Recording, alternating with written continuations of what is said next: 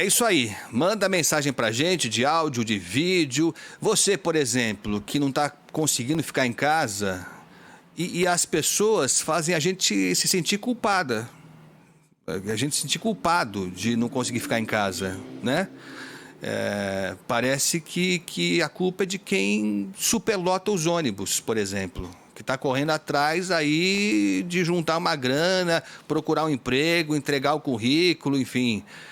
e não tem outra alternativa, né? Porque também é isso, né? A Prefeitura de São Paulo, desde o início, foi absolutamente incapaz de fazer com que o transporte público deixasse de ser superlotado. Foi absolutamente incapaz. É impossível. O único que pagou o preço foi o Caran. Ana Paula Rodrigues está aqui com a gente. Você lembra, né, Ana, do Caran? Lembro. O Caran, que publicamente fez uma promessa ao prefeito Bruno Covas de que conseguiria acabar com a superlotação do transporte público. Não conseguiu, foi demitido, né? Na verdade, ele foi colocado num outro cargo e discretamente na mudança de gestão, a gente pode falar, porque houve uma reeleição, né? Na troca de secretários, ele discretamente saiu da prefeitura em definitivo, né? Então, é isso. Sem querer fazer julgamento, também não estou aqui para defender o ex-secretário Caran. Que, aliás, sempre foi gentil com a gente aqui. Mas eu não estou aqui para defendê-lo, não. Mas foi o único que pagou com o cargo, porque exigiram que o homem, em poucos dias, fizesse o ônibus circular só com pessoas sentadas. A gente vai de 0 a 100, né? A meta da prefeitura era fazer que os ônibus circulassem só com passageiros sentados. Isso. Olha a ousadia. Não conseguimos sentado, então superlota, vai. Não deu para fazer sentado, então deixa como tá. Vai todo mundo mesmo, apertado e tudo mais. Agora, a Ana tem um levantamento que é bem interessante, que mostra a diferença das pessoas que podem ficar em casa e daquelas que, mesmo querendo ficar em casa, não conseguem, né, Ana? Então, a gente vem falando isso aqui na Rádio Bandeirantes, inclusive, né, Agostinho? Para algumas pessoas é mais confortável, é mais fácil fazer o home office. A gente tem a possibilidade de fazer home office, não uma equipe inteira, mas uma boa parte pode. Quem trabalha em escritório. Agora, quem está na linha de frente de serviços e de comércio, fica mais difícil. A pessoa que trabalha num restaurante não vai conseguir trabalhar de casa, a não ser que seja a parte administrativa do restaurante. Mas o cozinheiro, a pessoa da limpeza continua trabalhando, inclusive agora. Porque os restaurantes não atendem presencialmente, mas vendem a comida por delivery. O comércio é a mesma coisa, né? O takeaway foi proibido nessa fase emergencial, que é você passar na loja, pegar e ir embora. Mas você pode ligar e comprar, então tem que ter a pessoa que atende o telefone, que empacota, que entrega para o motoboy fazer a entrega. O trabalho interno da loja muda pouco numa fase como essa. E aí agora a gente tem números falando sobre isso. A prefeitura, o governo de São Paulo, aliás, ontem, naquela entrevista coletiva que seria a do anúncio de novas medidas e não foi, apresentou números de redução do transporte público daquilo que é de competência do governo. Então, transporte sobre trilhos e a MTU. E o que o governo falou é que, de modo geral, houve uma queda de 10% do movimento de pessoas no transporte público da semana passada, né, da fase vermelha para a emergencial. Se a gente for comparar com o começo da pandemia, em março do ano passado, a redução foi de 61%, muito maior. E aí eu fui atrás dos dados da prefeitura, para mostrar na capital paulista, nos ônibus e no trânsito, o que aconteceu. E olha só, a CET está falando que há uma tendência de redução dos congestionamentos, e a gente tem observado isso nos gráficos de lentidão mesmo. Ontem, inclusive, Agostinho, foi o dia com a maior redução. Em relação à quarta-feira da semana passada, a queda foi de 50% no índice de lentidão. Foi o dia que teve maior redução mesmo. E a média é de 1,5 milhão de carros que deixaram de circular pela capital paulista. Isso nessa semana de fase emergencial, na comparação com a semana passada, que já era a fase vermelha. No transporte público, veja só, a redução foi de uma média de 180 mil a 200 mil passageiros por dia. A gente está com uma média, eu tenho números aqui de segunda, terça e quarta, de 1,5 milhão de passageiros nos ônibus de São Paulo. Na semana passada, até quarta-feira, esse número variou de 1.700 a 1.750. Então, a gente teve uma redução aí na média de 180 a 200 mil passageiros. Então veja que a proporção é muito diferente. Enquanto a gente tem uma média de 200 mil passageiros a menos nos ônibus, foram 1,5 milhão de carros que saíram das ruas de São Paulo. Então quem tem maior poder financeiro, tem uma opção de ter um carro, consegue ficar em casa. Quem está no transporte público, se apertando todos os dias, que é a grande questão. Se você pega um engarrafamento de 1 hora numa marginal do Tietê, Agostinho, você está dentro do seu carro. Você está protegido. Faz o mesmo num ônibus lotado. É diferente. Então, quem depende do ônibus não está tendo tanto essa possibilidade de ficar em casa como quem depende do carro. Enfim, para resumir, e ninguém vai ficar escandalizado com isso, quem está ferrado está mais ferrado. E quem tem alguma estrutura melhor, financeira e tal, consegue se safar melhor.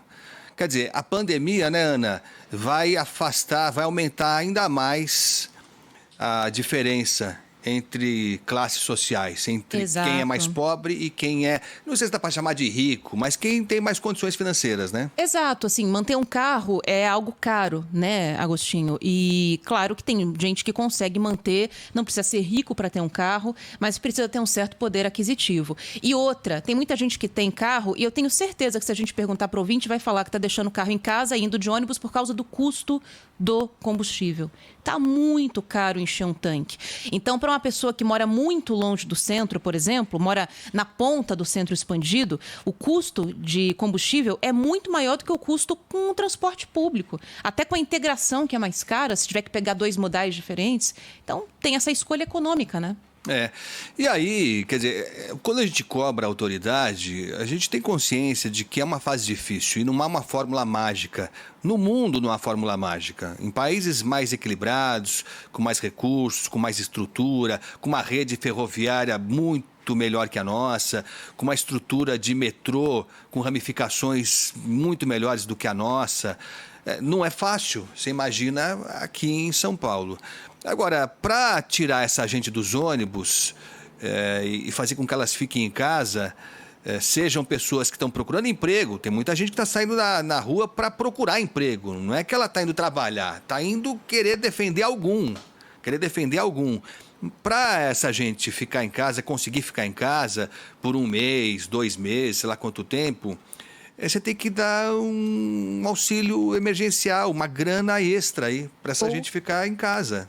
Ou se é para manter esse pessoal trabalhando, Agostinho, é colocar mais ônibus nessa região. Quando a gente questiona isso para a prefeitura responde o seguinte, que 88% da frota circula no centro da cidade para uma demanda que hoje é metade da normal.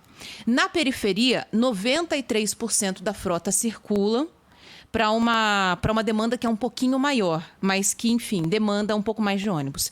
E a 100% não dá porque tem trabalhador afastado, por ser ou grupo de risco ou porque está doente. E aí não tem como colocar mais ônibus nas ruas. Eu me lembro que no ano passado, inclusive ainda na gestão do Caran, a gente questionou isso, algumas linhas tiveram ônibus retirados de circulação, porque eram linhas que tinham uma demanda menor. Mas eles não foram encaminhados para as regiões com maior demanda, porque são empresas diferentes. O nosso ouvinte percebe, tem região que é o ônibus Laranjinha, tem região que é o ônibus Vinho. São empresas diferentes que são ligadas à SPTrans, que trabalham para a prefeitura. Fazer um rearranjo interno é difícil, mas será que é impossível negociar entre essas empresas? Depois de 1 ano, né, Ana? Pois é. Em 1 ano não deu para fazer nada, mexeu uma palha em 1 ano. E aí dizer também o seguinte, não, nós estamos com a frota normal, com menos gente no ônibus. Isso só mostra como tem menos passageiro e a mesma frota, né, Ana? Em tese, deveria ser no visual que você ia perceber o ônibus vazio. E você não percebe no visual. Então, isso só comprova como é super lotado o ônibus nos períodos normais, digamos assim.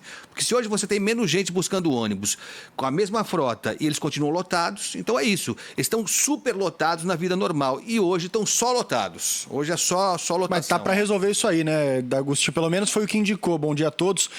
Ontem à tarde teve na entrevista ao Datena, no Brasil Urgente, ficaram frente a frente o presidente da Câmara Municipal, Milton Leite, que a gente sabe que tem influência enorme com as empresas de ônibus, e o Valdevan 90, que é o presidente do Sindi Motoristas, representa a classe. O Milton Leite falava assim, antes do Valdevan 90 entrar no ar: olha, a gente quer aumentar a frota, mas não tem motorista, está faltando gente para colocar na frota.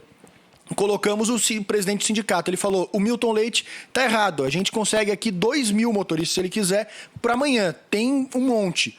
Aí colocaram frente a frente, a gente colocou os dois juntos e ficou definido que hoje, às 11 horas da manhã, vai ter uma reunião para definir se de fato consegue a frota completa. Lembrando que hoje a frota é de 88%. A justificativa é porque tem profissionais afastados por serem do grupo de risco ou também porque estão com Covid-19.